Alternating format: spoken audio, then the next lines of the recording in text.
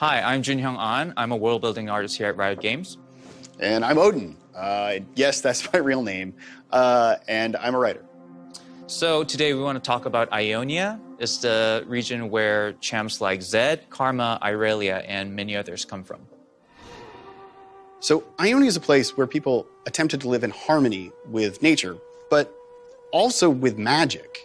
Now, because Ionia is so infused with magic and the borders to the spirit realms are so thin here, that radically affects Ionia's everyday lives and culture in some really cool ways.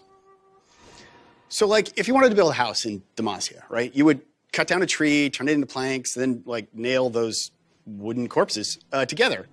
You wouldn't do that in Ionia. You would probably upset the tree's spirit, and that could have repercussions for you and your family and for the generations.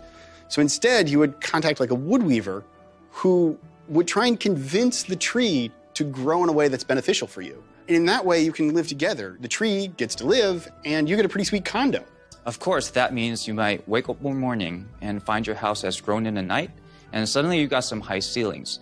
Or a branch has moved in the night, and now you're trapped inside your own bedroom.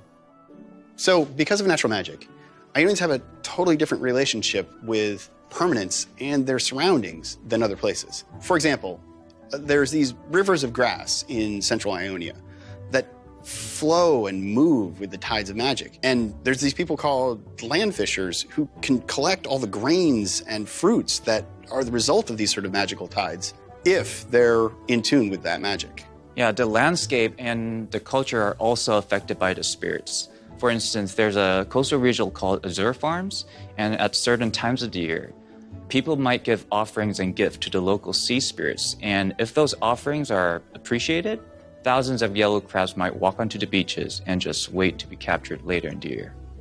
Magic in Ionia can also affect you in smaller ways. So if you were in a city at a market and you bought a sun apple, you discover that that fruit can warm you and can even tan your entire body just as soon as you bite into it. Another thing that makes Ionia different from the rest of Runeterra is spirits and creatures abound in the wilds here. Some of these things are fierce and incredibly dangerous, but many others can be helpful, like the giant Luon Khan seen building a dam here. The region is also home to the largest Vistayan population in Runeterra. That's those half-human, half-animal folks like Ari, Rakan, and Zaya. The Vistaya are here because most of the Vistayan race originated on the borders between Ionia and the spirit realms, and they need magic-rich environment to survive. And what I love about June's painting of a Faun tribesman sort of looking over these magical Quinlan things is it actually captures the feeling that a lot of Vistaya have. They're very unhappy and uncertain with the way that humans are using magic. Of course, the humans have good reasons for this. The world is changing, and the Noxus Empire invaded. Now, Noxus wasn't the first nation to attack Ionia. With its lack of centralized government and standing military, it's been a tempting target for a long, long time. But the people of Ionia have been able to stay disorganized and not meet violence with violence, because the land itself always proved dangerous to invaders, sweeping supplies away in sudden storms or scattered enemy troops in its dense, soul-altering forests. But the Noxians weren't like their other foes. Noxians solve problems brutally. So when the land turned out to be a problem, they hired this Zonite chemist to make chem bombs. And they just started wiping out huge areas of the land, causing mass extinction of creatures and killing a lot of innocent civilians.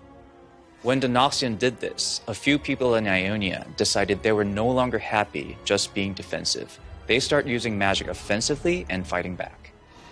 And then at the bridges at the Placidium of Navori, in what would become one of the most defining battles of the war, a 14-year-old mage dancer named Aurelia nearly wiped out all of the enemy high command. Her heroism inspired the nation to take action.